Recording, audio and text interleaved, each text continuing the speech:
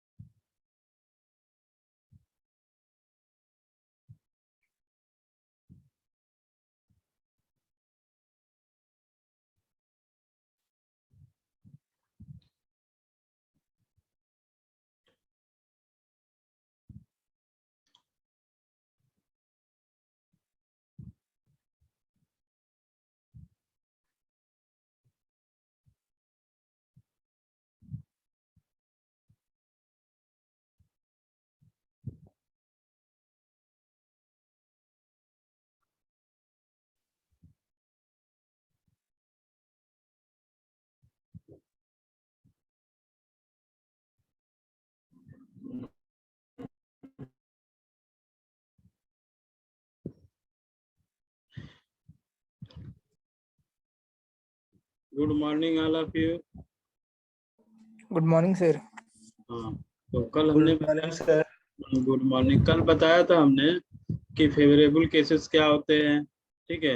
ये mutually exclusive क्या होता है, एग्जैक्टिव इवेंट क्या होता है, इवेंट क्या होता है, ट्रायल क्या होता है, ठीक है। तो आपका जो इवेंट होता है, जो आप किसी भी एक्सपेरिमेंट को करते हैं तो उसमें क्या होता है, कुछ आउटकम आता है।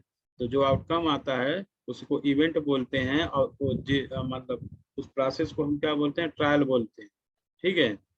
तो इस तरीके से आपका इवेंट एंड ट्रायल हो गया। एग्जैक्टिव इवेंट का मतलब होता है टोटल आउटकम, ठीक है, in any process at random, ठीक है। कोई भी एक्सपेरिमेंट आप कर रहे हैं तो टोटल आउटकम जो उसमें ऑब्टेन हो रहा है उसी को एग्जैक्टिव इवेंट बोलते हैं। फेवरेबल केसेस जो the event which is the entire the required happened are said to be the favourable cases. कहने का मतलब जो एक्सपेरिमेंटल मैन होता है उसके जो उसकी विलिंग होती है इवेंट में डू करने की, तो उसको कहते हैं फेवरेबल केसेस। मतलब जो आप चाहते हैं कि जैसे आपने एक डाइस फेंका, उसमें total sum of the event 7 कौन कौन से नंबर्स होंगे दो डाइस में, तो वो क्या हो जाएगा आपका 1 6 हो जाएगा, 6 1। तो ये सब फेवरेबल केसेस हो गए, ठीक है।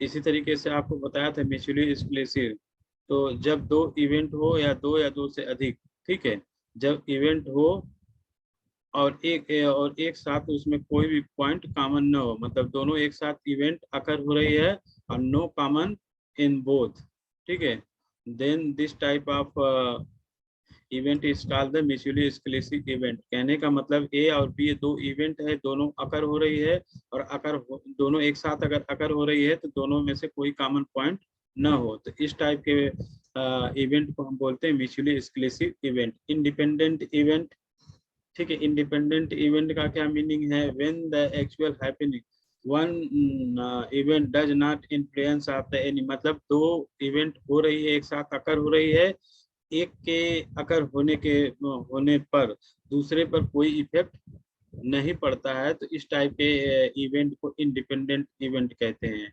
इक्वली लाइकली इवेंट वो इवेंट है जिसमें क्या होगा, दोनों इवेंट क्या हो, इक्वल हो, दोनों मतलब occurrence of the two events are equally likely event कहते हैं, ठीक है। Odds in a favour are against a trial if a experiment can success in m ways and fail is n ways, then each of these way being equal like these odds are m to n favor और n to n against trial, ठीक है। तो ए आड और event का कुछ है इसमें, सबसे मतलब मोस्ट अब आता है आपका classical definition of probability. Classical definition of probability ये बोलती है कि आपका क्या होता है, number of favourable cases divided by total number of mutually exclusive and equally likely cases. तो इस टाइप मतलब एक क्लासिकल डिफिनीशन है, ठीक है। मॉडर्न और भी जो डिफिनीशन है यही है लगभग, मतलब उसमें ऐसा कुछ नहीं मेंशन, आड इवन का इसमें कंसेप्ट कुछ डाल दिया है, और अदरवाइज सिंपल आप बोल सकते हैं तो number of favourable cases divided by total number of cases, ठीक है, ऐसे भी होता है। तो अब आते हैं मेन जो है आपका कुछ डिफिनीशंस हैं, उससे पहले एक और डिफिनीशन है मैं बता देता हूँ, उसके बाद आगे बढ़ते हैं। देखिए क्या डिफिनीशन, कार्ड्स के बारे में आप जानते हैं। प्रोबेबिलिटी जो आपका आया सबसे पहले यहाँ पर, वो क्या थे, जो जुआरी लोग थे, जो जुआ खेलने वाले, उन लोगों ने इसको क्या किया, प्रोड्यूस किया, इसको प्रोबेबिलिटी के कंसेप्ट को, जो जुआ खेलते थे ताश की गड्डी वाले, उन लोगों ने ही इसको मतलब दिया प्रोबेबिलिटी को। तो देखिए इसमें क्या है, कार्ड्स के आप जानते होंगे, मतलब ताश जिसको बोलते हैं हिंदी में। तो ताश की गड्डी में टोटल कितने कार्ड्स होते हैं, कितने पत्ते होते हैं? 52 सर। हाँ तो 52 सर। 52 है। मुझे भी उतना ज्यादा डिटेल नहीं पता है, मैं खेलता नहीं हूँ, लेकिन इसलिए इसको बना के इस तरह रखा हूँ ताकि आप उनको समझा सकें, ठीक है। तो देखो 52 कार्ड होते हैं, तो 52 कार्ड में टोटल 4 टाइप के कार्ड होते हैं। देखिए एक होता है डायमंड, एक होता है हर्ट, एक होता है क्लब्स, एक होता है स्पेड, ठीक है।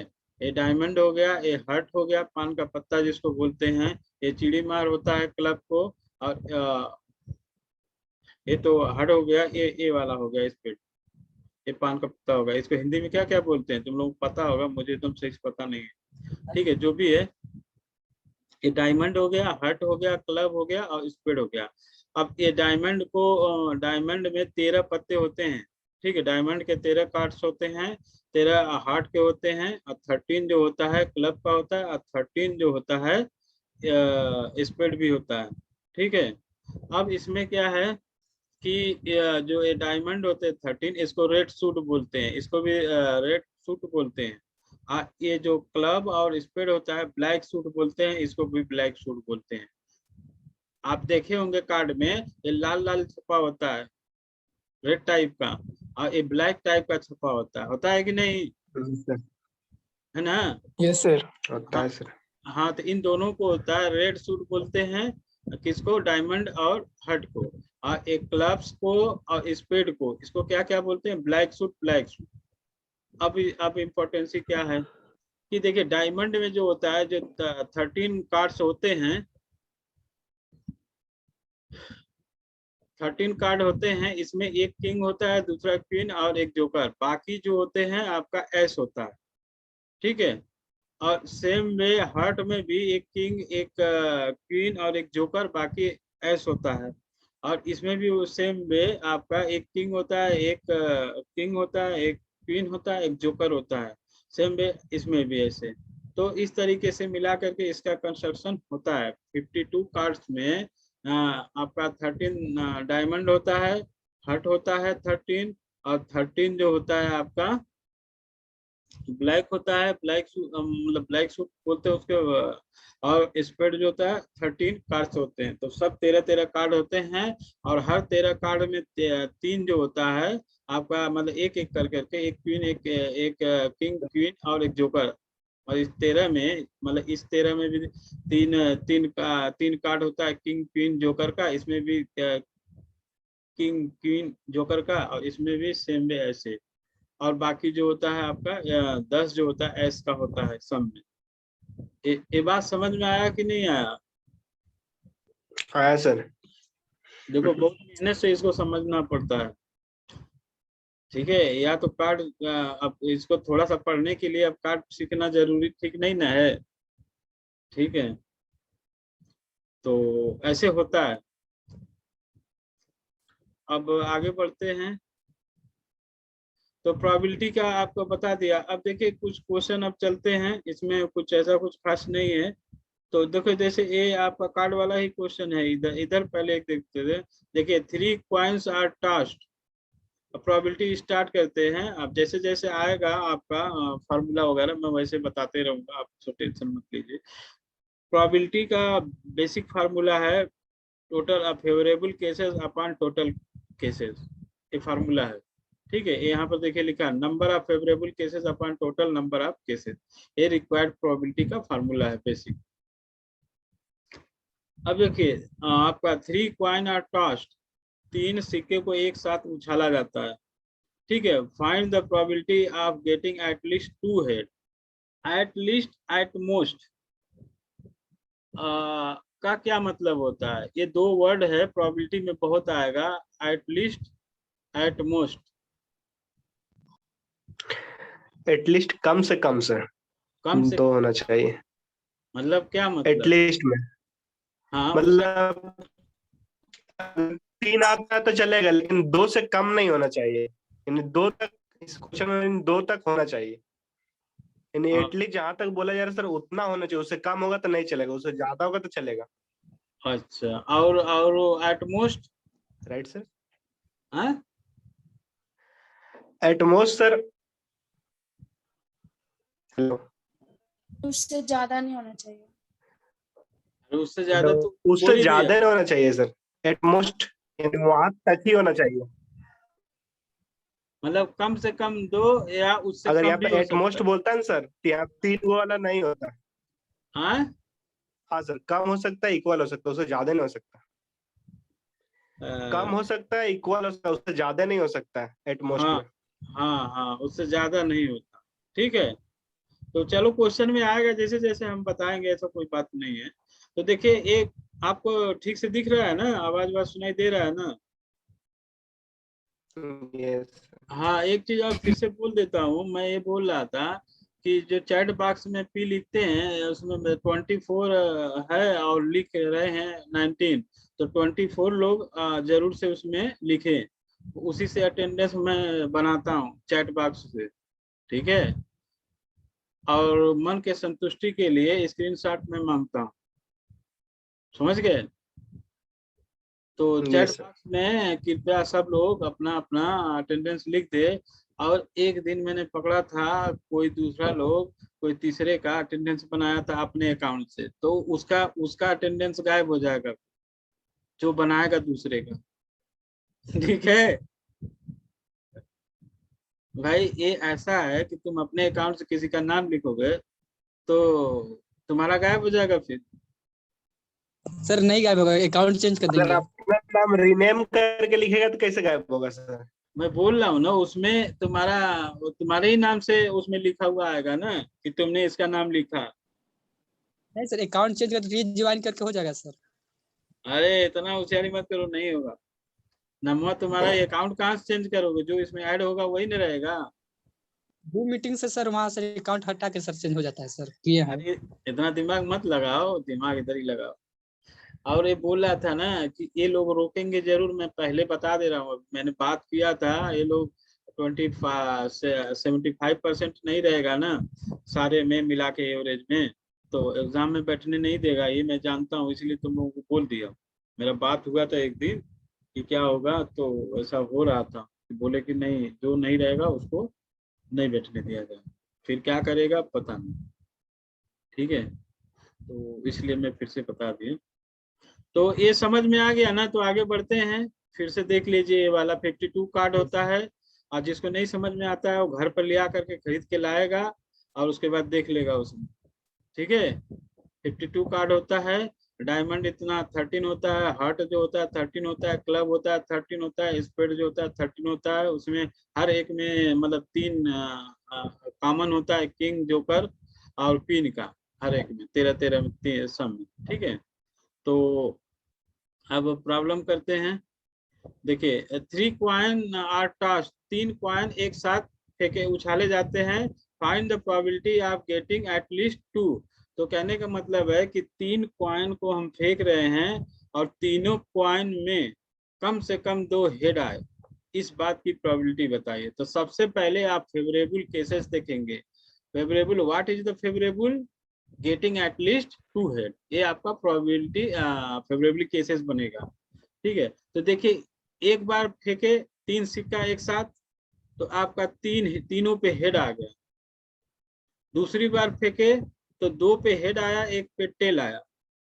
तीसरी बार फेंके तो 1 पे हेड आया और 1 पे टेल आया और 1 पे हेड आया। फिर उसके बाद फेंके आप चौथी बार, तो 1 पहले पे टेल आया, 2 पे हेड आया। फिर 5वीं बार में फेंके तो आपका पहले पे क्या हुआ? टेल आया, दूसरे पे हेड आया, तीसरे पे टेल आया। फिर तीनों पे क्या क्या होगा? दोनों पे टेल आया, 1 पे हेड आया। और फिर उसके बाद जो होता है पहले पे हेड आया, 2 पे टेल आया और तीनों पे टेल आया। ठीक है, तो ये टोटल 8 केसेस बनेंगे। Total number of cases 8। ठीक है, अगर नहीं समझ में आता है तो 3 सिक्का लेना और उसको फेंक फेंक के देखना 8 बार। ठीक, यही वाला इवेंट आएगा, फिर उसके बाद रिपीट करने लगेगा। बात समझ गए? यस। हाँ, तो अब फेवरेबल केसेस क्या है? एटलीस्ट 2 हेड होना चाहिए। तो देखिए इसमें 2 हेड है, मतलब टोटल 3 हेड है, तो कम से कम 2 हेड है, तो मतलब एक केस बन जाएगा फेवरेबल में, ये दूसरा हो जाएगा और ये तीसरा केस हो जाएगा और तीसरा ये चौथा केस हो जाएगा और ये होगा कि नहीं होगा? नहीं 5? होगा, क्यों? नहीं होगा। एक ही हेड है सर इसमें, हाँ एक ही हेड 2 है हेड इसमें। रहना चाहिए। हाँ इसमें भी एक ही हेड है, इसमें भी एक ही हेड एक है, ही हेड है। इसमें भी हेड है। तो आपका एक favourable cases, total number of favourable cases in outcome कितना हो गया? 4। और टोटल केसेस कितने हैं? 8। 8 है। तो आपका 4/8 हो गया, तो 1/2। अगर इसी क्वेश्चन में पूछा जाए एटलीस्ट 3 हेड, तो कितना आ जाएगा? 1/8। 1/8। एटलीस्ट 3 हेड, हेड नहीं टेल। एटलीस्ट सर 1/8 इसका भी। हाँ 1/8 इसका भी हो जाएगा। अगर एटलीस्ट 1 टेल, 1 तो टेल। हाँ 1 टेल, तो कितना केस बनेगा? 7/8 सर। क्या? 7/8। हाँ सही है। 7/8। एटलीस्ट 1 टेल ना सर। हाँ सर। हाँ हाँ, तो वही तो 7 तो होगा। ठीक है, यस। तो ये समझ में आ रही बात? ठीक है यस। ना? अब जो है एक कार्ड्स वाला है, थोड़ा सा देख लेते हैं। वैसे वैसा कुछ आता नहीं है ज्यादातर। देखिए what is the probability that if A card is drawn at random. ठीक है, अच्छा एट रैंडम का क्या मतलब होता है? बिना देखे सर अचानक निकाल लेना, बिना अंदाजा लगा। मतलब एट रैंडम का मतलब होता है कि उसमें किसी प्रकार का मार्किंग नहीं होना चाहिए। जैसे एक अलमारी में 8 अच्छा। बुक रखी हैं और आपको बिना देखे हुए कोई भी एक बुक को खींचना होता है, तो उसको एट रैंडम बोलेंगे। या किसी है ना, मान लीजिए यस सर। 10 बच्चे बैठे हैं और उसमें से 5 क्रिकेट के प्लेयर को सेलेक्ट करना है, तो क्या करिएगा? कोई भी 5 को एट रैंडम सेलेक्ट करना होगा। वो ऐसा नहीं है कि ये पहलवान है, ये मोटा है, ये पतला है, ये लंबा है, ऐसा कुछ नहीं करना है। एट रैंडम का मतलब आप उसमें से 5 जो होता है किसी को भी सिलेक्ट कर सकते हैं, उसका मतलब यही होता है एट रैंडम। ठीक है, तो अब देखिए, अब क्वेश्चन है what is the probability that if A card is drawn at random from the ordinary pack card. ठीक है, तो पैक कार्ड मतलब 52 कार्ड है। 52 कार्ड में से एक कार्ड को खींचना है। ठीक है, तो कहता है कि ए रेड कार्ड, तो रेड कार्ड में एक होना चाहिए। तो इस बात की प्रोबेबिलिटी क्या है? तो फेवरेबल केसेस कितने हो जाएंगे? देखिए what is the 26 sir. Probability, 13 सुनो मेरी बात, what is the probability that if A card is draw at random, मतलब कार्ड को ड्रा करना है from the ordinary pack, 52 card में से आपका खींचना है पत्ता, तो कहता है कि ए रेड कार्ड, तो रेड कार्ड कितना होता है? 26 को सर, 13 26 का। देखिए ए है ना रेड शूज, यही रेड कार्ड है, तो 13 मिला के 26 टोटल पैकेट में कितने के मतलब 52 कार्ड है ना, तो 52 कार्ड में 13 दोनों है तो 26 हो गया, 26 कार्ड हुआ ना रेड वाला, ठीक है। 52 टोटल केस है, तो 26 अपॉन 52 मतलब 1/2 हो गया, ठीक है। अब बोलता है ए क्लब, अब क्लब कितना होता है? 13। हाँ दिखा देता हूँ, देखिए क्लब कहाँ लिखा था ए, तो क्लब मतलब 52 में 13 जो होता है क्लब कार्ड होता है 13, ठीक, तो 13 क्लब होता है, तो उसके हिसाब से कहाँ गया क्वेश्चन, हाँ ए वाला,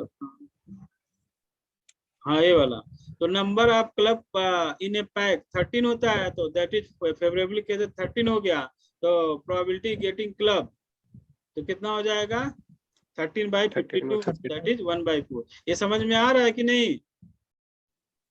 यस सर। हाँ सर। अरे पढ़े क्या है, यहाँ तो मैं खुद ही पढ़ा रहा हूँ, ए वाला जो कार्ड है ये इसलिए अलग से मैं बना के रखा हूँ, मैं खुद ही भूल जाता हूँ, ठीक है। जो खेलता है जुआ वो नहीं भूलेगा, ठीक है, ठीक है। अब देखिए अब उसमें क्या है लिखा है कि one of count the card jack or queen or king, तो एक बात बताइए, ये बोला है कि वन कार्ड मतलब एक कार्ड जरूर से जो होता है होना चाहिए, क्या चाहिए, जोकर का हो, क्वीन का हो या किंग का हो, तो इसका क्या मतलब है? देखिए इसमें मतलब ये 52 में मतलब कितने कितने कार्ड है, मतलब किंग का एक हो सकता है और जोकर मतलब किंग है, क्वीन है और जोकर है, तो टोटल आपका किंग क्वीन और जोकर ये टोटल कितने हैं आपका?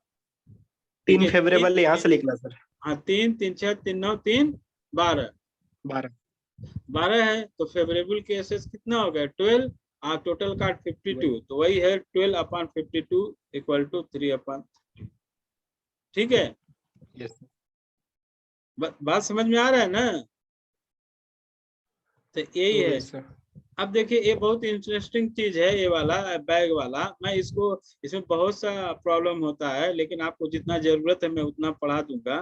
तो एक कंसेप्ट है कॉम्बिनेशन का, ठीक है, एन ऑब्जेक्ट में से आर ऑब्जेक्ट्स क्या होता है सिलेक्ट करते हैं एट रैंडम, तो उसका जो होता है combination total number of selection or way का क्या कैसा होता है NCR होता है, ठीक है। तो इसका एक छोटा सा कंसेप्ट है, मैं बता रहा हूँ, अगर ये समझ गए तो जितना भी इस टाइप का बैग वाला क्वेश्चन आएगा सब कर दो, ठीक है, थोड़ा सा ध्यान देना पड़ेगा। तो अब बताइए, एक देखिए मैं एक कंसेप्ट आपको बता रहा हूँ पहले, ये बार बार बुक में नहीं बता पाएंगे, ऐसे में बता दे रहा हूँ। देखिए एन जो होता है नंबर ऑफ बॉल, एन क्या है नंबर ऑफ बॉल है, ठीक है। और ये आपके पास एक बैग है, ये जो स्क्वायर टाइप का मतलब रेक्टेंगल टाइप का बनाया हूँ, एक एक बैग है, ठीक है।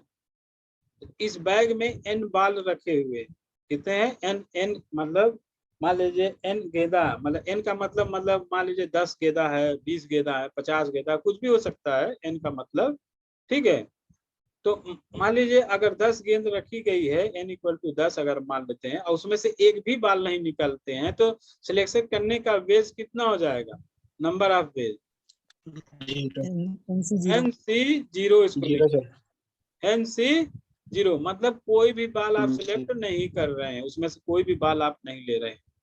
अगर मान लीजिए उसमें से एक बाल n बाल में से एक बाल केवल आप ले रहे हैं, तो उसको लिखते हैं NC1। बात समझ में आ रही है? Yes sir. अगर 2 बॉल उसमें से सिलेक्ट कर रहे हैं तो उसको लिखते हैं NC2। ऐसे ही n में से n सेलेक्ट कर रहे हैं तो NCN। सारी बॉल उसमें से निकाल ले रहे हैं, सेलेक्ट करके सारी बॉल आप चूज कर रहे हैं बॉल मतलब बैग में से, तो NCN उसको लिखते हैं। तो एक कंसेप्ट समझ में आ रहा है? Yes sir. NC0, NC1, NC2, NC3, ये बात समझ में आ रहा है ना?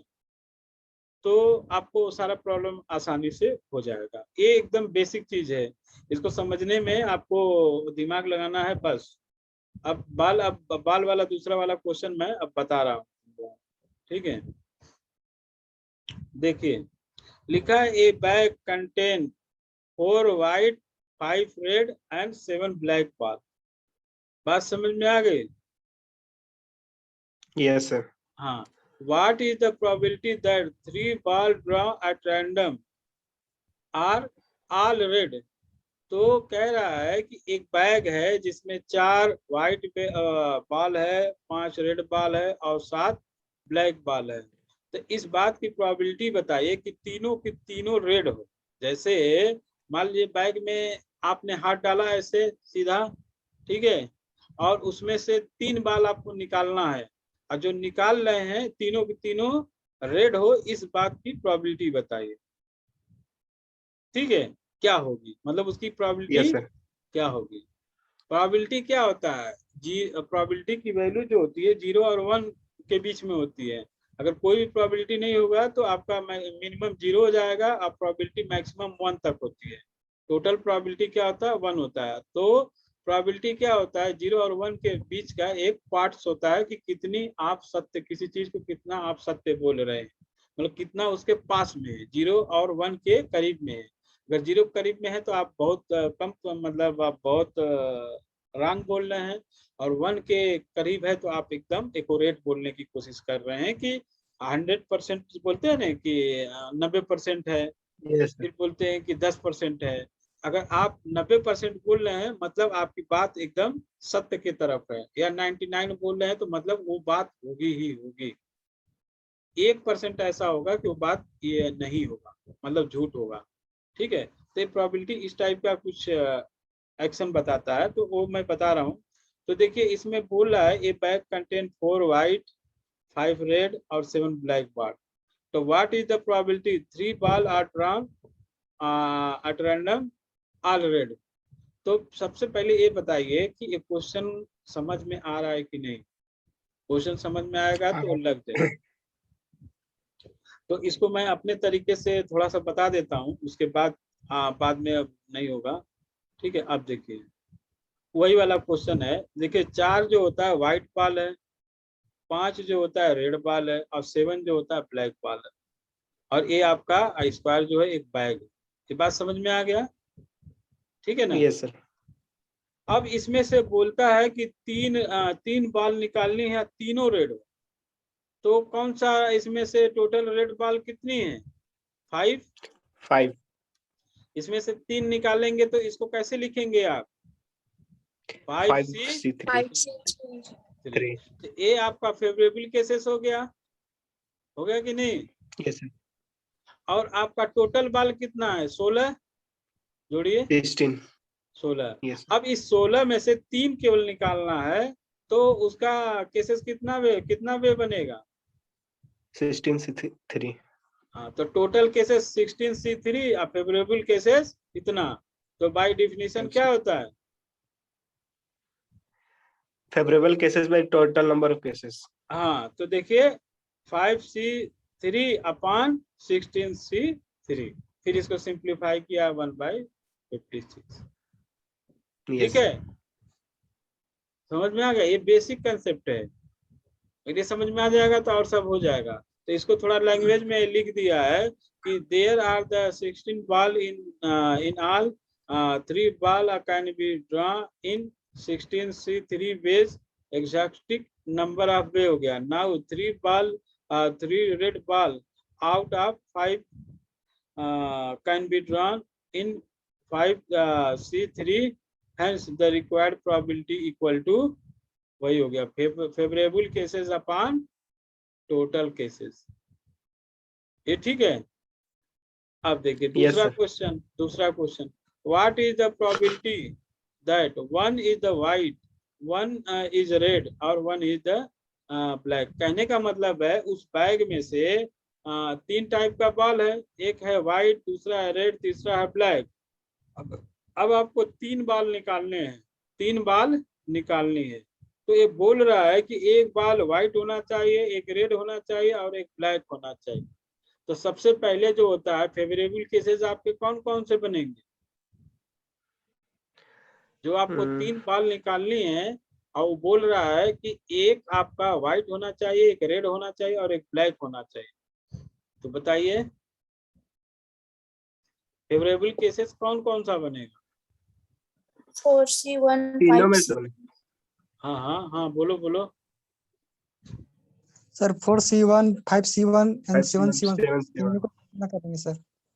हाँ तो देखो मैं इसको भी एक बार दिखा देता हूँ। देखो ये ऐसे आप रफ कर सकते हैं या क्वेश्चन में भी साइड में बना सकते हैं, कोई दिक्कत नहीं। तो देखिए ये आपका 4C1 हो गया, 5C1 हो गया, 7C हो गया। तो ये आपका फेवरेबल केसेस हो गया। और टोटल केसेस कितना हो जाएगा? 16। हाँ 16। तो ये आपका हो गया। देखिए कहाँ गया? इसका पेज नहीं आया है सर। ये लगता है ना थोड़ा कट के कुछ दूसरा आके। ठीक है चलो ठीक है, कोई दिक्कत नहीं है। वही होगा जो मैं बता रहा था। रिक्वायर्ड प्रोबेबिलिटी हो जाएगा 4C1 into 5C1 into 7C1 divided by 16C3। ठीक है, उसको सॉल्व कर देंगे, रिक्वायर्ड प्रोबेबिलिटी आ जाएगा। ये बीच में से कुछ एक पेज लगता है कुछ गड़बड़ा, छोड़ो जाने। हाँ एक पेज इसमें से गड़बड़ हो गया, चलो कोई दिक्कत नहीं है। अब देखिए ये जो है लीप ईयर्स, इसको याद कर लो एक तरीके से। ये कंपटीशन एग्जाम में अक्सर पूछ देता है, what is the probability that a non leap year contain 53 Sunday. ठीक है, तो नॉन लीप ईयर जो होता है 53 संडे का पूछा है। तो ये नॉन लीप ईयर में आपका तो मतलब एक साल कितने दिन का होता है, मतलब कितने दिन का होता है? 365 दिन का।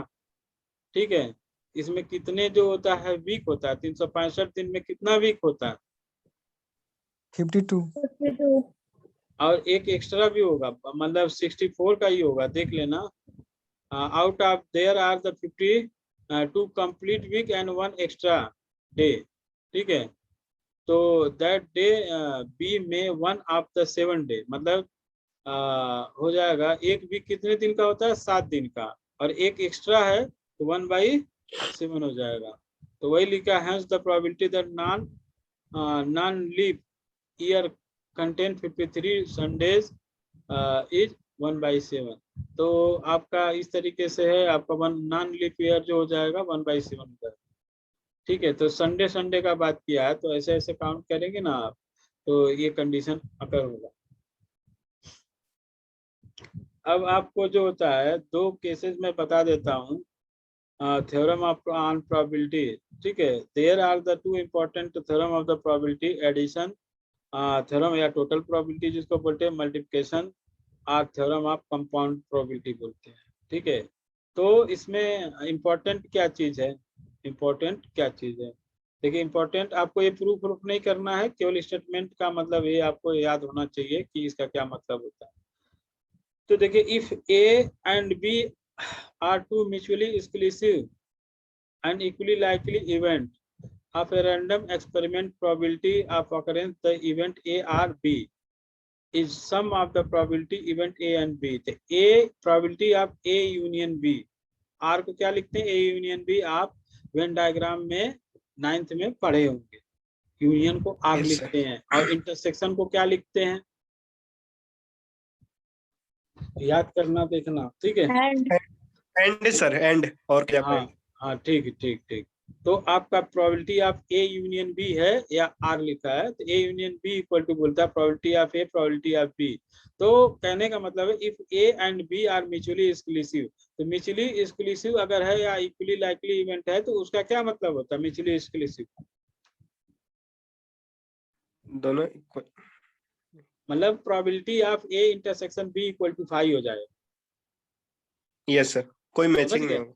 हाँ, कोई भी दोनों में कॉमन नहीं होगा। उसी चीज को ऐसे भी लिखा जाता है, तो यही इसका स्टेटमेंट है।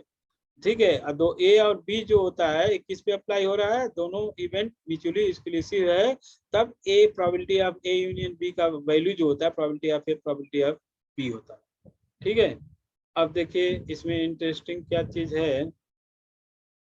अरे यार कैसे हो गया बीचों में पेजवा हट गया,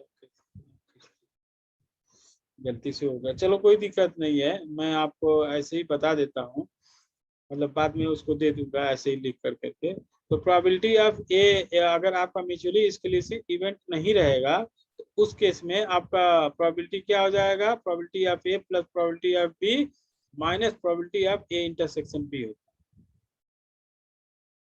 बात समझ गए?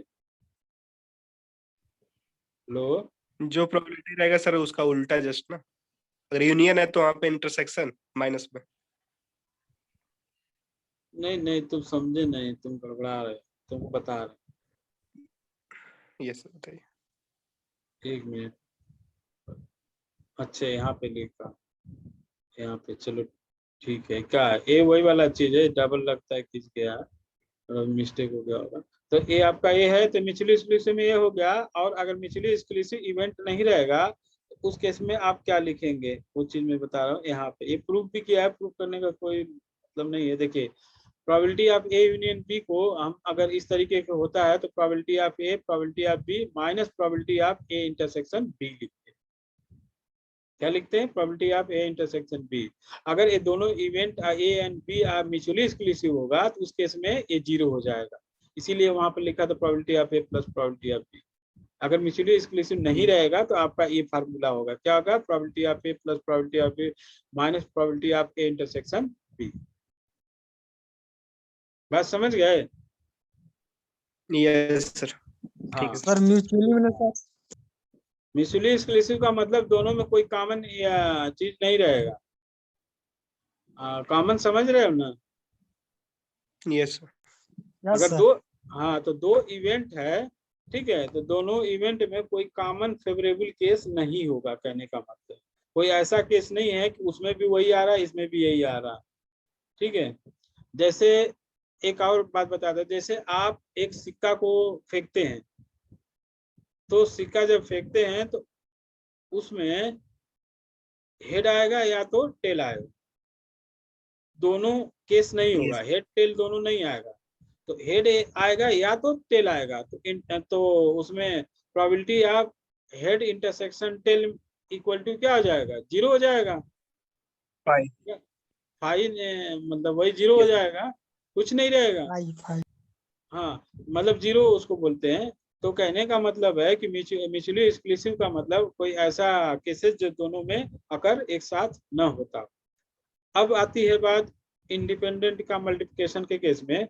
इंडिपेंडेंट देखिए ये लिखा है ना कि probability of the occurrence of the two independent event is their product is separately probability. कहने का मतलब है कि probability of A intersection B अगर लिखा है और दोनों इवेंट इंडिपेंडेंट हैं तो उनको probability of A into probability of B लिख सकते हैं। ठीक है, हाँ। तो ये जो केसेस यहाँ पर बताए हैं, कहीं कहीं क्वेश्चन में आएगा, मैं बताऊंगा, probability of A probability of B minus probability of A into probability of B where A and B are independent cases. ठीक है, अगर ए एंड बी जो होता है इंडिपेंडेंट इवेंट टाइप का है तो इसमें probability of A intersection B को हम क्या लिख सकते, probability of A into probability of B लिख सकते। ठीक है, और तीसरा है अगर ए बी सी अगर इस टाइप का हो तो इसको इस तरीके से लिखते हैं, क्या लिखते हैं, probability of A probability of B probability of C तो minus probability of A into B लिखा है ना, इसका मतलब है probability of A intersection B है, minus probability of Yes. B intersection C है, probability of C intersection A है, और plus probability of A C B. ठीक है, तो ये फार्मूला अगर याद रहेगा तो कभी भी क्वेश्चन अगर आएगा, ठीक है, 3 इवेंट का, तो वो इवेंट दिया रहेगा, इस फार्मूले में पुट करेंगे, वैल्यू निकल जाए। और तीसरा एक है आपका जब इंडिपेंडेंट मतलब म्यूचुअली एक्सक्लूसिव हो। म्यूचुअली एक्सक्लूसिव का क्या मतलब है कि ए इंटरसेक्शन बी 0 होगा, A intersection B, B intersection C, probability of C intersection C, probability of A intersection B intersection C equal to 0। तो ये वैल्यू अगर तीसरे वाले में, ऊपर वाले में रखेंगे तो probability of A plus B plus C क्या हो जाएगा, probability of A, probability of B, probability of C. ठीक है, Yes, sir. तो बस ये फार्मूला आपको थोड़ा सा याद रखना है, ये प्रूफ नहीं है कुछ। अब आपको मेन जो होता है, मेन बात जो होता है, मैं आपको बताता हूँ क्वेश्चन। ठीक है, ये ऐसे आपको मैं बताऊंगा। तो और ये रिपीटेड ट्रायल है ना, बाइनोमियल डिस्ट्रीब्यूशन में इसके बारे में डिस्कस होगा। ठीक है, और ये जो थोड़ा सा नोट्स टाइप में दिया है, ये कुछ है नहीं, ये सिंपल सी बात है। इफ देखिए इसमें क्या है कि प्रोबेबिलिटी ऑफ ए दिया है P1, प्रोबेबिलिटी ऑफ बी दिया है P2। ए प्रोबेबिलिटी ऑफ ए जो दिया है ना, ये गलत दिया। यहाँ पे प्रोबेबिलिटी ऑफ ए केवल रहेगा, डबल ए नहीं, ए।